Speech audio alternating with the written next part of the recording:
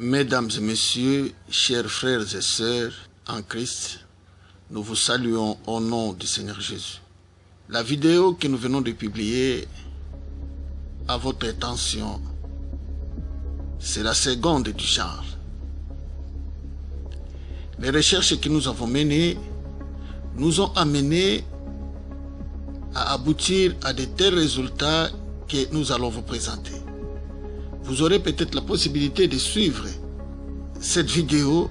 Vous n'aurez peut-être pas les moyens de comprendre quel est le message que nous voulions passer. Nous avons épinglé des hommes de ce temps qui ont amené le message. Mais les deux messages qui nous ont intéressés sont ceux du prophète Marion Branham et du prophète Emmanuel Dodi. Le premier est américain et le second est congolais. Le prophète William Marion Branham nous a amené un message du temps de la fin. Est-ce que réellement le temps que le prophète William Marion Branham a travaillé était véritablement le temps de la fin? Dans nos recherches, nous avons constaté que non. Eu égard à la parole, à l'esprit et au temps, à travers aussi ses propres prophéties, parmi lesquelles la fin du monde interviendrait vers 2000. Nos recherches nous révèlent que le temps n'était pas le temps prophétique, mais c'était le temps apostolique. Or, lorsque Dieu travaille avec un homme, tous les autres doivent écouter ce dernier. Étant donné que c'était le temps apostolique, il était quasiment impossible qu'il s'élève un autre prophète qui amène un message pour contredire le travail qui était fait par les apôtres. Et donc, si le prophète Branham, qui venait pour sceller les temps, il était le prophète mineur, sous l'autorité apostolique. Et dès l'an 2000, est paru un homme, et que vous êtes en train de découvrir, qui est congolais, votre frère, à la personne du prophète Emmanuel Dodi. Lui nous amène le message de la vérité qui est la bonne nouvelle de paix. Et dans un message, il nous révèle des choses grandioses, dont la différence entre la fin du temps et le temps de la fin. Et dans nos recherches, eu égard à cette révélation, c'est là où nous avons constaté que le prophète William Marion Branham avait commis une grosse erreur, amenant ceux qui ont cru en lui à une déchéance, si pas à une perdition. La fin du temps, c'était la fin du temps apostolique pour que les prophètes commencent le travail. La fin du monde, les temps de la fin sont des notions qui doivent être bien enseignées pour préparer l'Église à l'ascension, ce qu'on appelle communément enlèvement. Premier point. En soi, ça ne devrait pas être un message du temps de la fin, un message de la fin du temps. Quel temps? Le temps apostolique.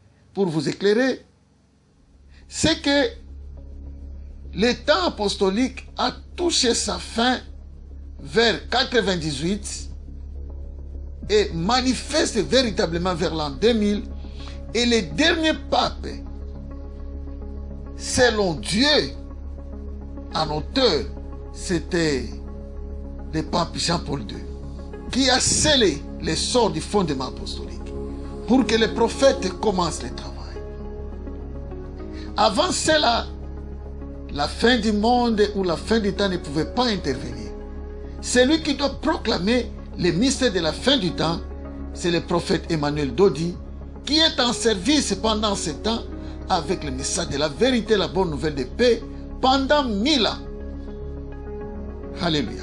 C'est ce message qui doit primer pour amener l'humanité à la vie éternelle et vivre la véritable résurrection avec gloire et aller au millénium régner avec Christ dans sa gloire.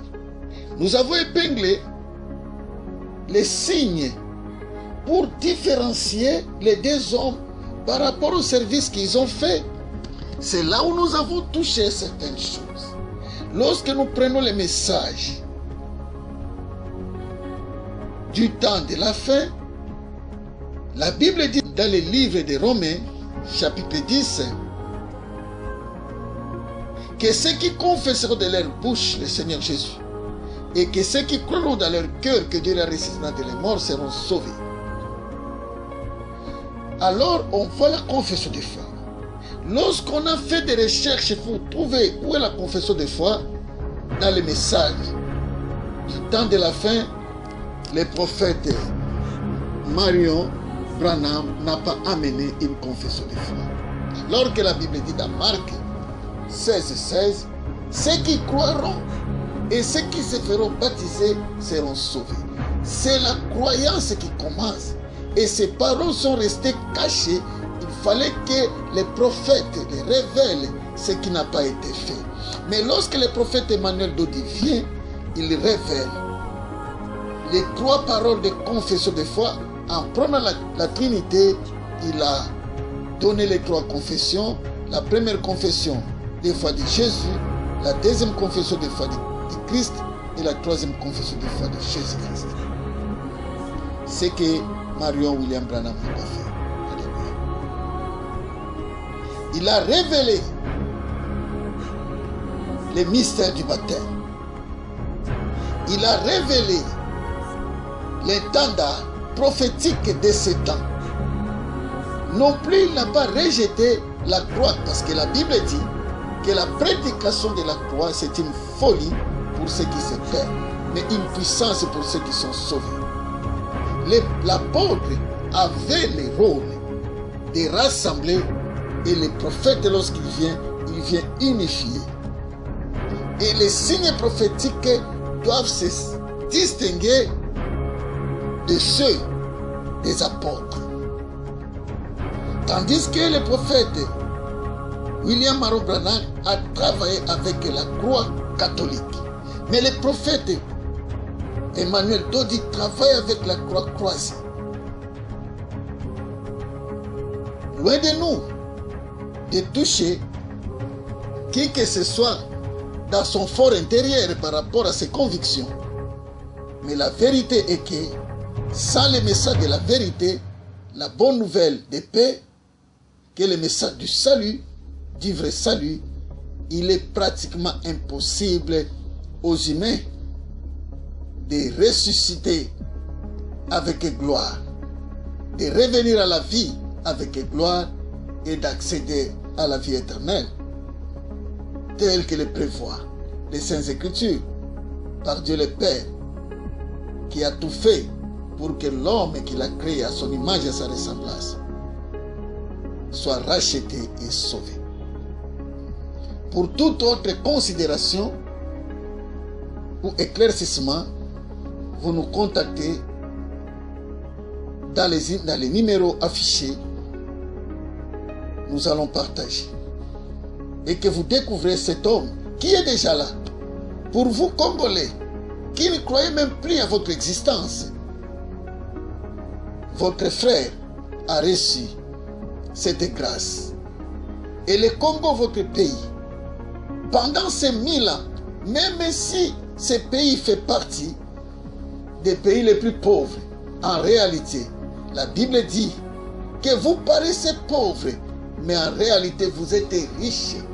Vous paraissez faibles, mais en vérité, vous êtes forts et puissants. Voilà les moments favorables. Voilà les jours du salut.